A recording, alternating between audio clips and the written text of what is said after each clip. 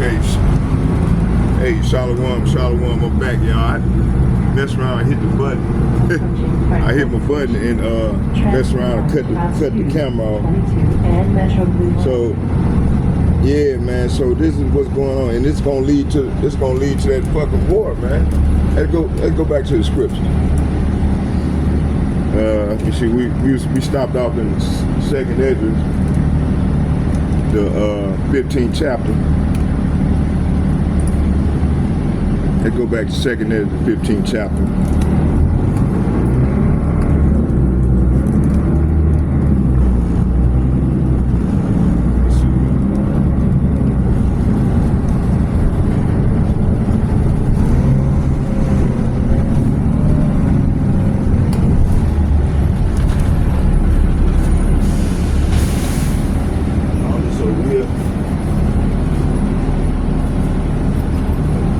Alright, let's go. See where we stopped at? Hold on, y'all, bear with me here. Go back to 2nd Esdras. 2nd Esdras, the 15th chapter.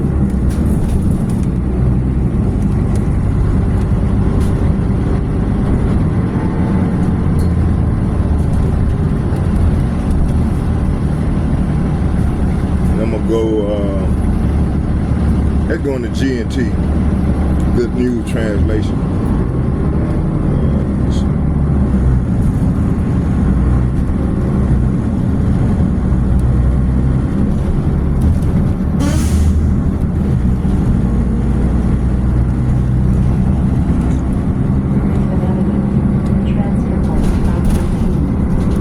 Let's go to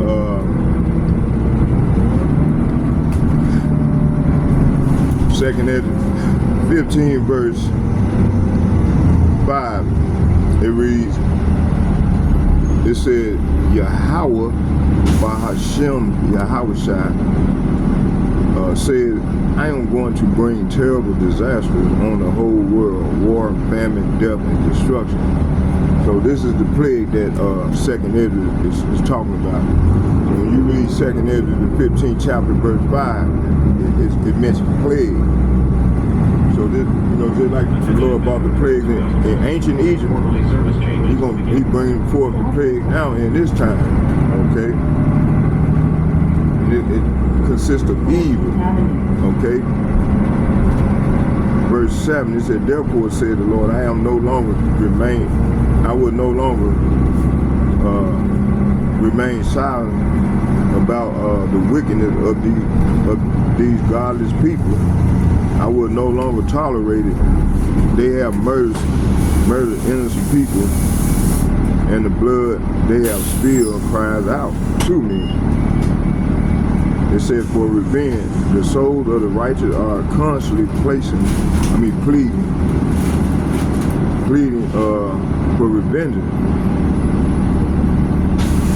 Pleading for vengeance. Verse 9, it reads, it says here, let there be no doubt, said the Lord. I will hear the plea of all the innocent people who have been murdered, and I will take vengeance for what they have done to them. So the them is talking about consists of the Negroes, Latinos, and Native Americans, all respectively, as you were just referencing. Verse 10, it said, my people, talking about the Israelites, are being led to the slaughter like a flock of sheep. They will no longer have to live in Egypt. I will use all my strength and power to bring them out of that land, and I will bring disasters upon the Egyptians. See, so this is what the Lord is doing, bringing them plagues, man. As I did earlier, and I would destroy their country. The whole land would be in mourning. It would be shaken to its foundation when I, the Lord, strike it and pound on it. See, the Lord gonna pound on it with them ICBM missiles, man. It said the farmers will mourn because of their seed will fail to sprout, and the trees, and their trees will be destroyed by the blight, hail, and terrible storm. Verse 14, it said, the world and the people in it are doomed. The war that would bring their destruction is very near. See? Nation will arm themselves and fight against other nations. See? Right now they have these terror wars, and they're gonna translate to actual straight up World War III. Transfer flight to Routes 5 and Metro D lines. It says, let me see where I stopped at. It said the world and the people in it are doomed. The war that will bring their destruction is very near. Nation will arm themselves and fight against other nations and slop it. And there will be great political turmoil.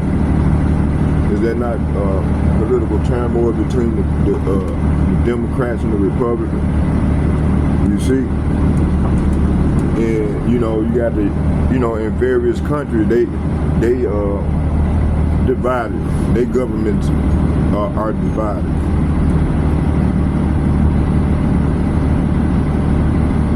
It said, so this is identifying the civil war that's going to come about here in America. It said there will be great political turmoil with one group trying to overpower another to gain control while ignoring the legitimate government. Verse 17, there will no longer be free access to the city. Verse 18, because the struggle for power will bring destruction, terror, and total confusion wherever people live. See? Verse 19, it says, driven by famine and terrible suffering, people will assault their neighbors and mercilessly plunder their possessions. Hey, this is what's coming. Coming to the Great Tribulation, man. Okay, let's go here to Matthew.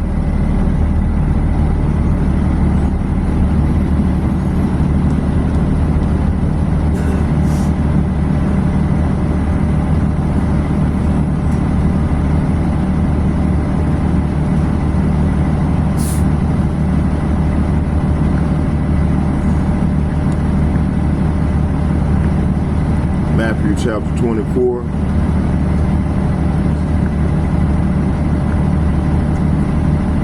I'm gonna start it.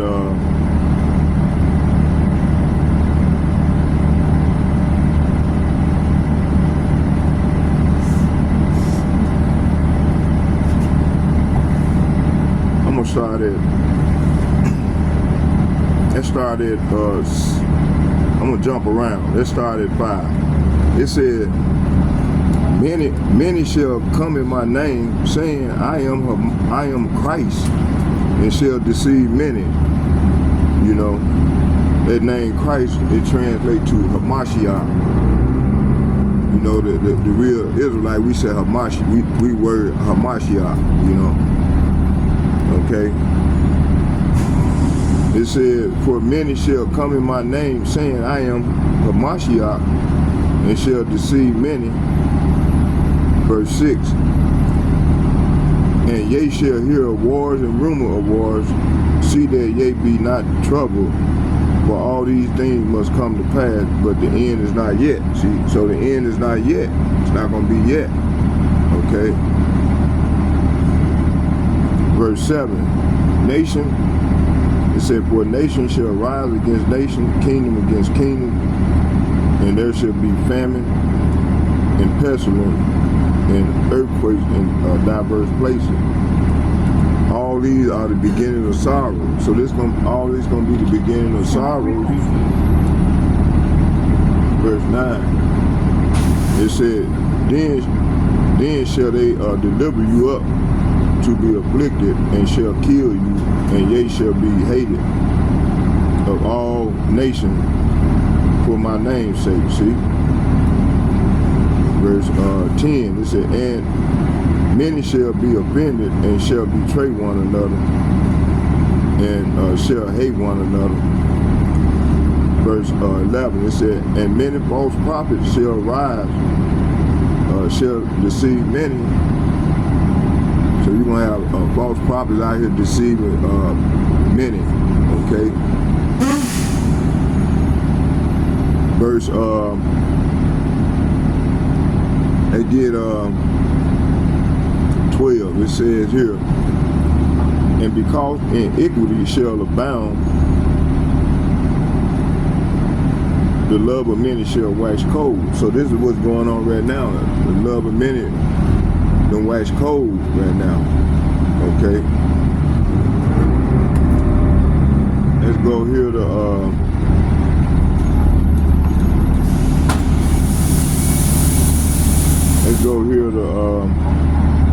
so the love of many don't wax cold right now. Okay. Let's go here to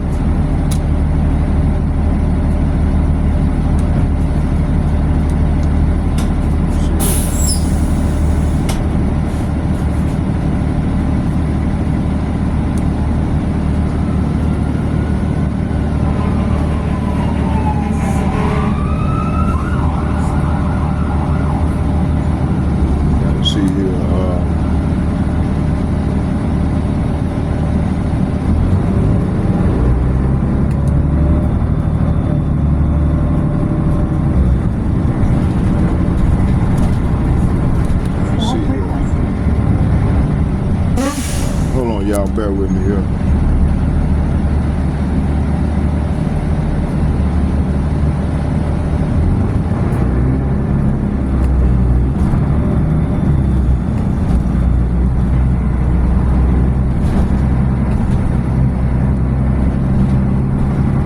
I want to go more into Matthew. Hold on here.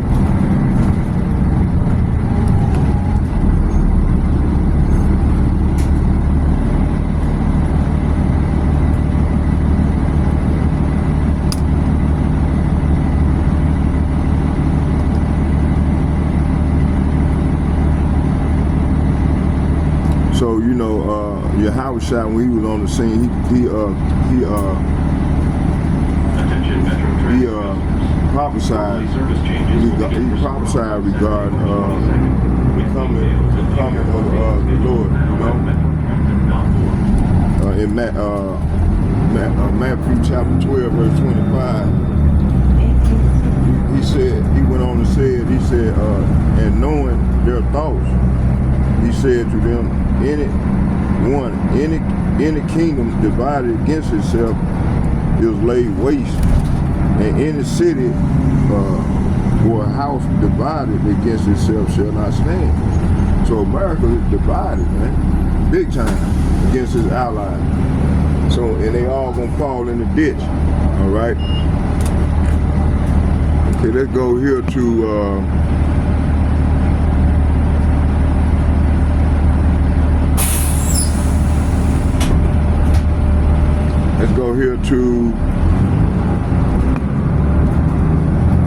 I want to go into this real quick. We're going into more scripture. Let's do this here real quick.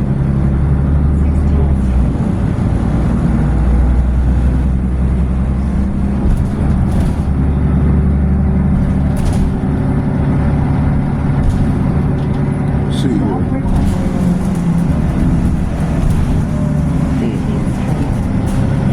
I know I want to do. Going here.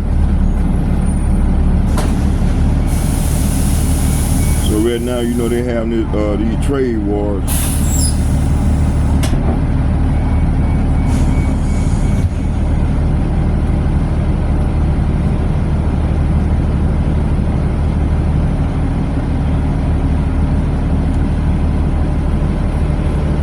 It said, let's get more understanding on trade war. It said, while trade wars don't always directly lead to military conflicts, it can create a climate of tension and potentially escalate into real wars if not managed carefully. So this thing is not managed carefully, man. It's going to lead to a third world war, as the Bible, as it's written in the Bible. You know, the third woe. it said here, I didn't finish that Revelation 13. That's why I stopped off at. Like I said, you know what I'm doing, I'm gonna finish this off right here, and then I'm gonna go home. Lord will, the Lord jump on my spirit. I'm gonna come do a lesson later on in the house and bring forth all this information in its totality. You know, 'cause I hate being all over the place. So I'm gonna read this article. We're gonna read this article, and then from there I'm gonna bring out a couple more scriptures, and then we're gonna shut it down with a prayer. And like I said, the Lord will bring out more edification later on. We'll watch some more videos.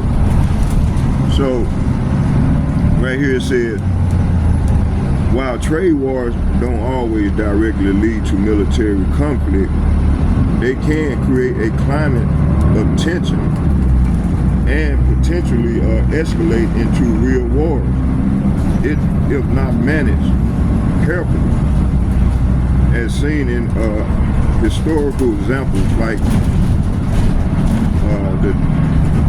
the Anglo-Dutch wars, the Smoot-Hawley Terror.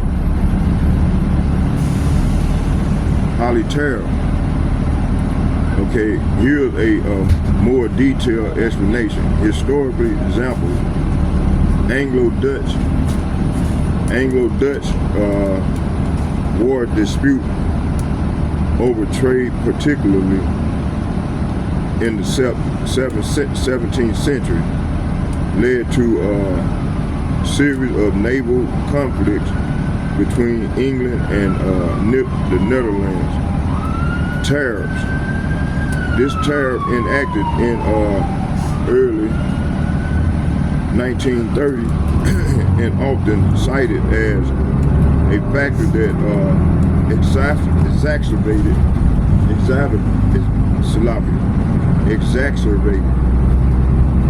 exacerbated the global economic depression and potentially contribute to the rise of extremism and led to the World War II. See?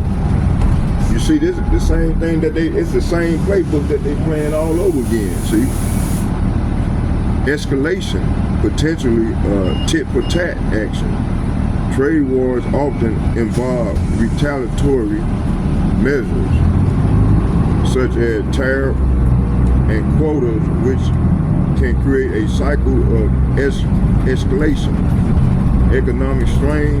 Trade wars can lead to economic instability, job losses, and decreased consumer confidence, which can create fertile ground for political instability, conflicts, rise in protectionism and protectionist sentiment rises. So does the risk of wars, and as countries may view trade as a zero sum game and resort to military force to achieve their economic goals. Examples of trade wars: U.S.-China trade war, the ongoing trade dispute between the United States and China involving tariffs and other trade restrictions is a prime example of a modern trade war, Opium Wars. The 19th century Opium Wars between Britain and China were a result of trade disputes over opium, which eventually led to military conflict. See? Modern trade wars, economic impact. Trade wars can have both short-term and long-term impact.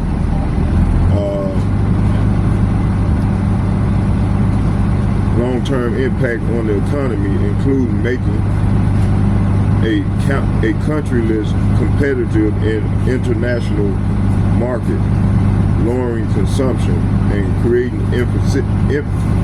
inefficiency in the market. Global supply chain. Trade wars can disrupt global supply chain, making it difficult for business to source materials and goods, and leading to higher prices for consumers. Political instabilities, trade wars can also create potential instability as countries may perceive themselves as being targeted by other countries, leading to increased tension and a greater risk of conflict. So hey, this is what's going on here in America right now. You see? Okay, let's go here to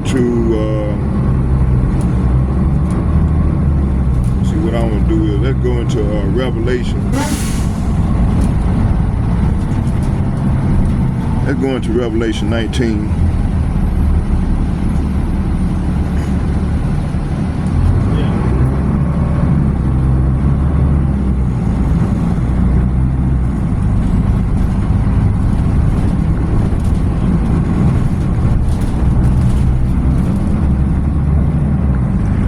Revelation 19.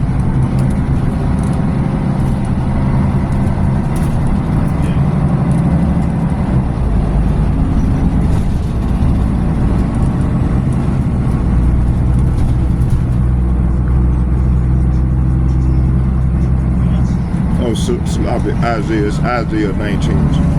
Wrong verse. Isaiah 19. That's the one we want. Isaiah 19. Hold on, bear with me.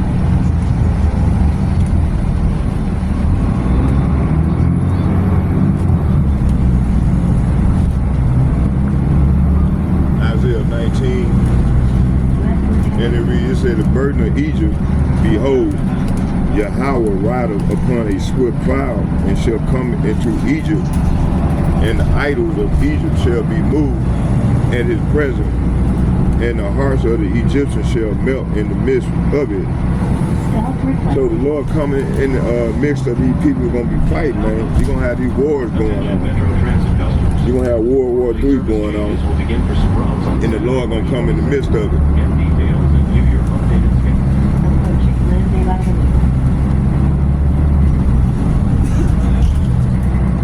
Okay.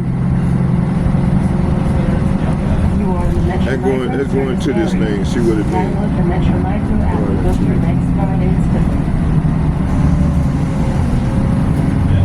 Jeremiah chapter 25, verse 19, and it reads, it said, I gave the cup to Pharaoh, king of Egypt, his attendants, his officials, and all his people. There will be a day where so the Lord gave Pharaoh the heathen the cup. They drinking out the cup right now. Okay. Jeremiah chapter 43 verse 8 and 9 in the read.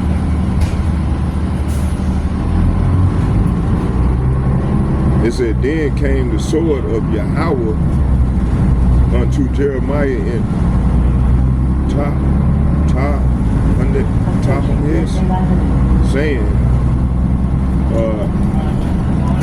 take a great stone in thy hand and hide them in the clay, in the brickland, which is at the entry of Pharaoh's house, in top of his, in the sight of the men of Judah. Okay, so this verse here is saying, while the people of Judah are watching, take some rocks.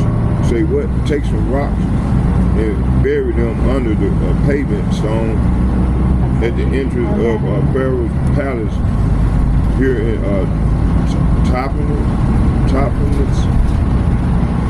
Okay.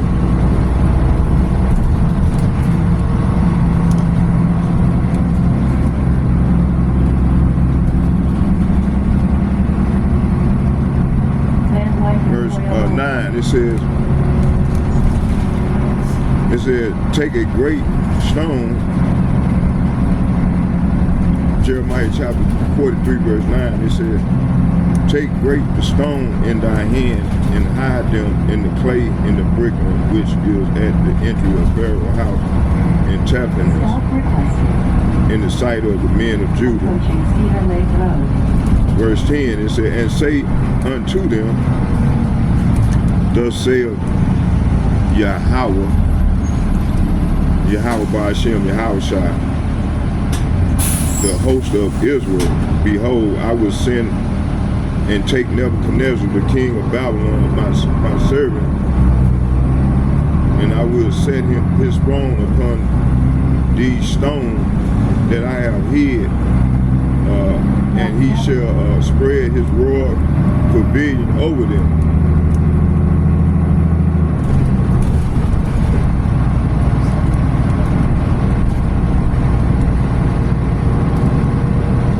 Let's look up this word pavilion and see what that means. Morgan Avenue.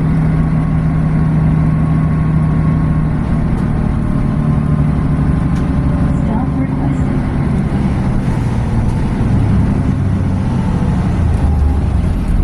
Let's see what this royal pavilion is.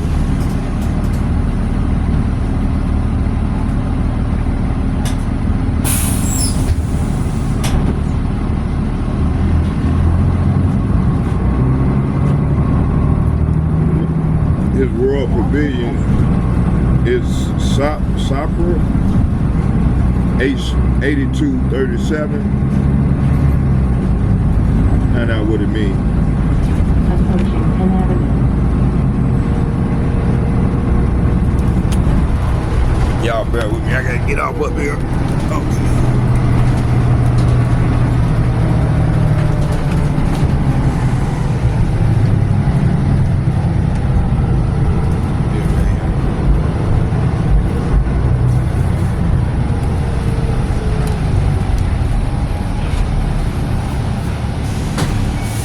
Hold on, I'm getting off too, driver.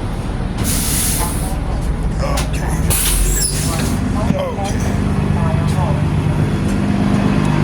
Okay.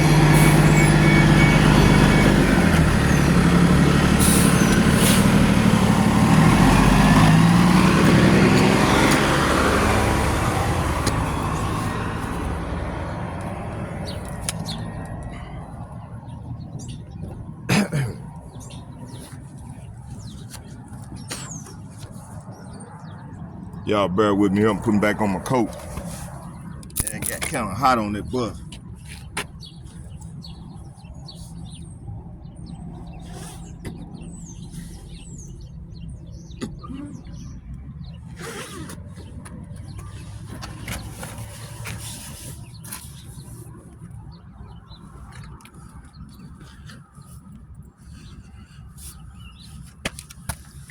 Okay.